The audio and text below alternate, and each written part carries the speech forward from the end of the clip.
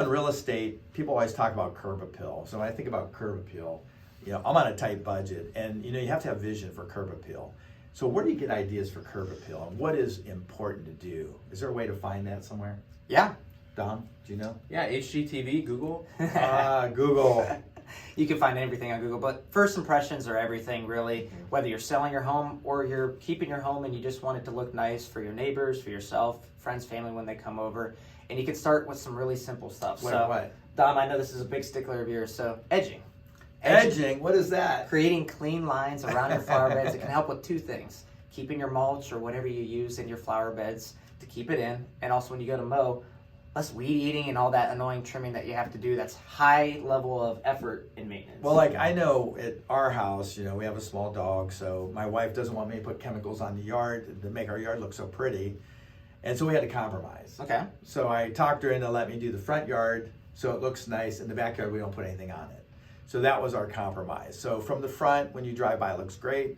The back, it looks like a normal house from the 20s and 30s, I guess. Dom, what do you think? Yeah, well, one of the big things, like Zev said, the first thing you see if you're selling your house or even you just want to look nice, you see the front of the house.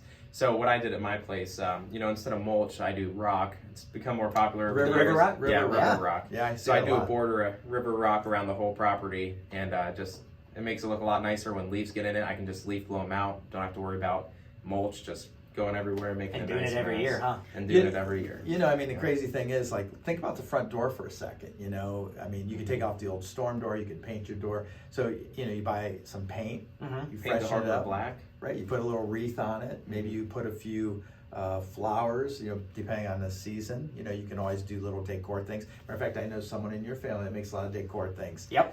Some seasonal wreaths, whatever's going on. And then the last thing that I can think of is, you hear perennial and annual.